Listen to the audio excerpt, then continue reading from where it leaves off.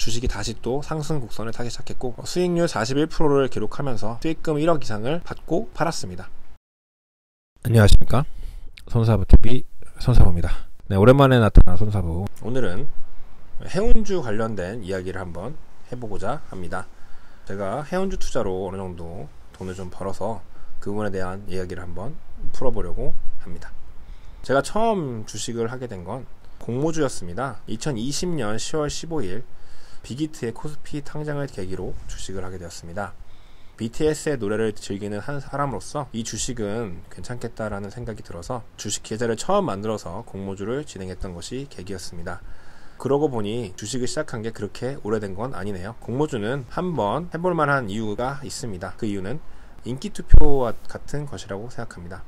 그날 상장하는 회사에 대해선 모두가 바라볼 수밖에 없죠. 그럴 때는 어느 정도 오를 수밖에 없고 최소한 마이너스를 볼 확률은 매우 떨어진다고 봅니다. 그래서 그때 빅히트를 통해서 대략 한 100% 정도의 이익을 보고 팔았던 기억이 있습니다. 그 이후로 계좌를 텄고 어떤 투자를 해야 돈을 벌 수 있을지에 대한 생각도 많이 하게 되었습니다. 그래서 저는 2020년 12월 7일이죠. 그날 어떤 기사를 보게 됐는데 그 이후로 저의 해운주에 대한 투자가 시작되어 집니다. 저는 평소에 물류 쪽에 관심이 많았고 해운업에 대한 관심도 많았습니다. 예전에 하던 업무도 물류 쪽 관련된 업무였기 때문에 해운 쪽 관련된 사람들도 많이 알고 있었습니다. 평소에 관심 있던 주식인 HMM을 검색해 봤고요. 그때 갑자기 전환사채가 떴습니다.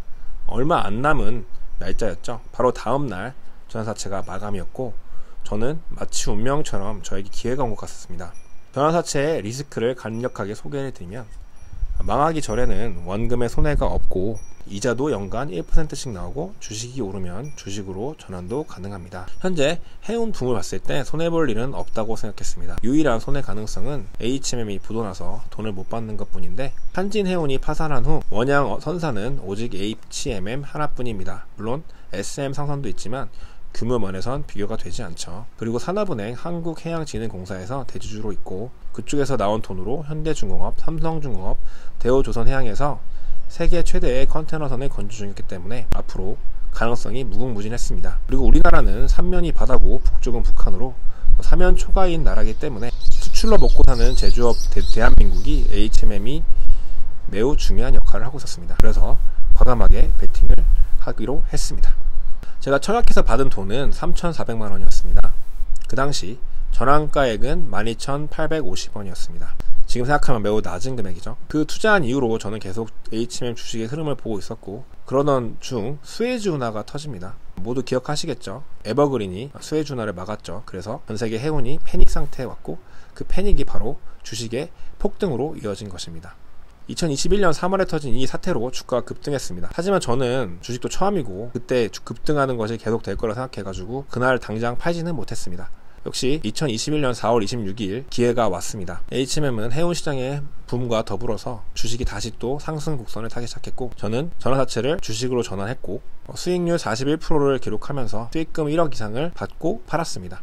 더 오를 것 같았지만 어느 정도 수익을 실현하고 그 상태에서 주식을 하고자 하는 마음이 컸습니다. 그래서 다시 2021년 4월 27일 처음으로 직접 주식을 사고 팔기 시작했습니다. 전환사채가 아닌 단순 매수 매도를 하기 시작한 것이죠. 이번에는 과감하게 금액도 4억 이상을 샀습니다. 이미 돈을 벌었고 HMM을 한 6개월 정도 매일같이 보고 있어서 어느 정도 흐름에 대한 자신감도 있었죠. 결국 2주 정도 안에 수익률 10%, 수익금 4,500만원 이상을 벌 수 있었습니다.